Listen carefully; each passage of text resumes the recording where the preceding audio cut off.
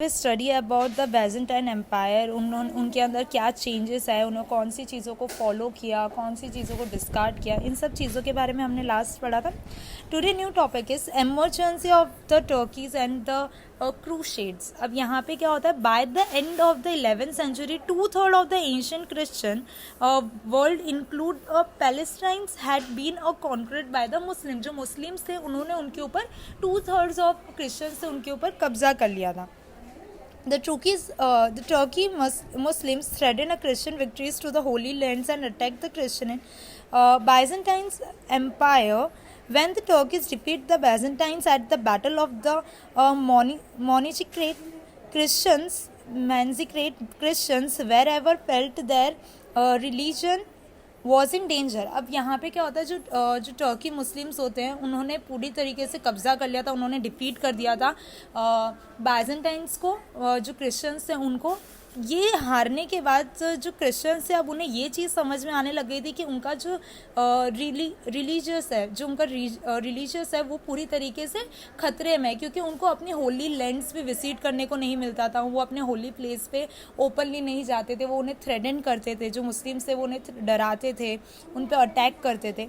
After the Turkey's victories, the Byzantines Empire asked the Christians of Western Europe for help. In 1095, Pope Urban preached a sermon, sermons in France.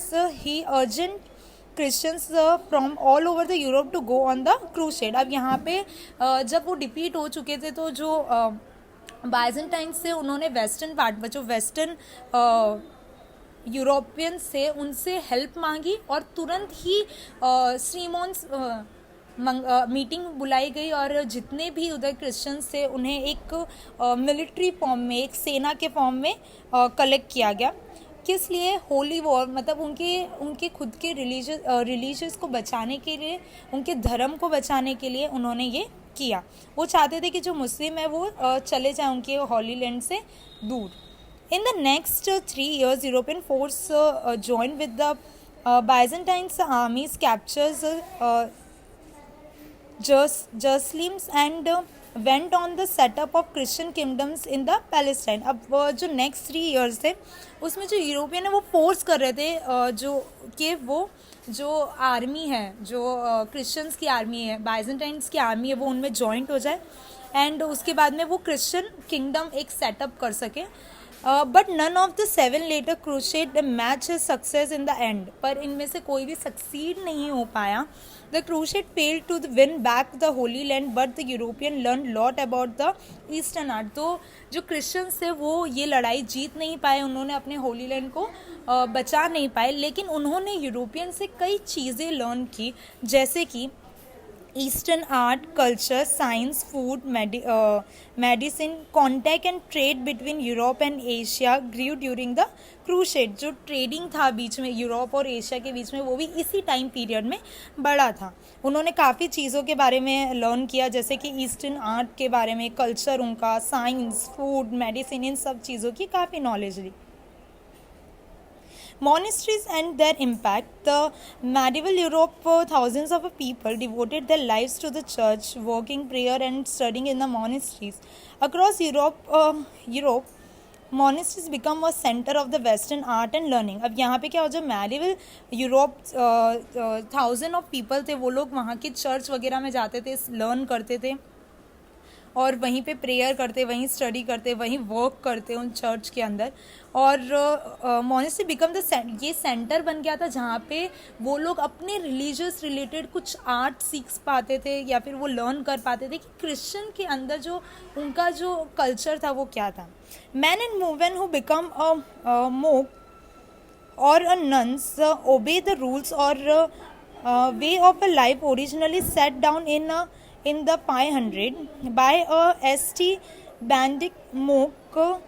Wore simple copes, save their head and live together in the communities known as monasteries. अब वहाँ के जो mail जो MOOCs होते थे वो क्या करते थे, वो लोग प्रॉपर अपना कोट्स पहनते थे, उनके शेव्स मतलब ऊपर का शेव होता था, हेड शेव्ड होते थे, और वो लोग एक कम्युनिटी साथ में ही रहा करते थे जिस कम्युनिटीज़ को बोलते थे monasteries. The head of the monastery the abbot, जो उनके हेड लीडर होते थे उन्हें अबूट बोला जाता था, who often manage a large estate and sometimes even command his और नाइट। अब यहाँ पे वो जो हेड थे समटाइम्स वो उनके साथ मैनेज करते थे, लार्ज एस्टेट मैनेज करते थे, या फिर तो समटाइम्स वो कमांड भी करते थे कि तुम्हें ये चीज़ फॉलो करनी पड़ेगी। Monks and nuns formed a day program of a prayer and worship. वो अपने वहीं पे डे प्रोग्राम बनाते थे कि वो सुबह वर्शिप कौन से टाइम पे करेंगे, शाम पे उनका जो टाइम ऑफ वर्शिप होता था वो। Attending 8 service every day, 8 service वो हर दिन अटेंड करते थे। मोक्स एट टुगेदर, वो खाना साथ में खाते थे। वर्क इन अ फील्ड और वर्कशॉप या ना फील्ड में वर्क करते थे। At first they made most of what they needed, सबसे पहले उनका ये काम था जो उन्हें ज़रूरत है, जैसे अगर उन्हें चीज़ की ज़रूरत है, ब्रेड की ज़रूरत है, खाने के कोई प्रोडक्ट की ज़रूरत है, तो वो खुद बाय ओन देयर वो अपना काम हार्ड वर्क करके ये सब चीज़ें बनाते थे। They care for the sick go okay, वो जो सिक लोग होते थे उनकी केयर करते थे। फूड एंड शेल्टर प्रोवाइड करते थे जो ट्रैवलर्स होते थे उनको। And carefully copied out books, painted the pages, brilliantly coloured letter and picture, और कई अदर कल्चरल एक्टिविटी थी या फिर आप कह सकते हो आर्ट एक्टिविटी, वो भी करते थे। They kept carefully record of their and become a medical expert. Precious books were stored in the monastery library during the Middle Age for the study of the priest and prayers. अब यहाँ पे दो concept दिए हुए कि जो भी उन लोगों ने सीखा, जो उन्होंने मेडिसिन की नॉलेज ली या फिर उनके जो भी रिलीजियस ज्ञान थे, जो नॉलेज था, वो प्रॉपरली प्रिजर्व करके वो लाइब्रेरी में रखते थे। जो उधर के जो प्रीस्ट थे, जो अपन कहते हैं अपने हिंदू लैंग्वेज में जो पुजारी होते, पंडित होते, उनके टाइम पे जो फादर होते थे उनके काम में आए, इसलिए। This book were obtained the base of the first university in the 1200 new order of traveling priest known as। अब यहाँ पे जो न्यू ट्रैवलर होते थे, प्रीस्ट ही होते थे, वो एक्चुअली फादर ही होते थे, लेकिन जो प्रीस्ट हम बोलते हैं वो सिर्फ चर्च में ही रहते हैं, और जो प्रेयर्स बोलते हैं वो आउट ऑफ हर जगह पे घूमते हैं, अपने जो रिलीजियस है उसके बारे में लोगों को लेसन देते हैं, उसको फैलाते हैं, तो वो होते थे ये। Form did not leave behind a monastery, वो मोनेस्ट्रियल वॉल्स के अंदर, वो चर्च के अंदर नहीं रहते थे, वो वेंडर मतलब जगह जगह घूमते थे, कंट्री साइड घूमते थे, asking for the food and shelter and preaching a Christianity to the people. वो लोग अलग अलग जगह जाते हैं, वहाँ पे वो उनको खाना और शेल्टर का वो मांगते, मतलब एक तरीके से ऐसा होता है जैसे साधु होते हैं ना, वो जहाँ पे उनको मिल जाता है कहीं रहने का तो वहीं रुक जाते हैं, जो खाने को मिल जाता है वही खा लेते हैं, और साथ ही साथ वो अपने धर्म के जो क्रिश्चियनिटी उनको फैलाते, उनके बारे में लोगों को अवेयर करवाते। तो here the medieval Europe rise and spread of Christianity is over.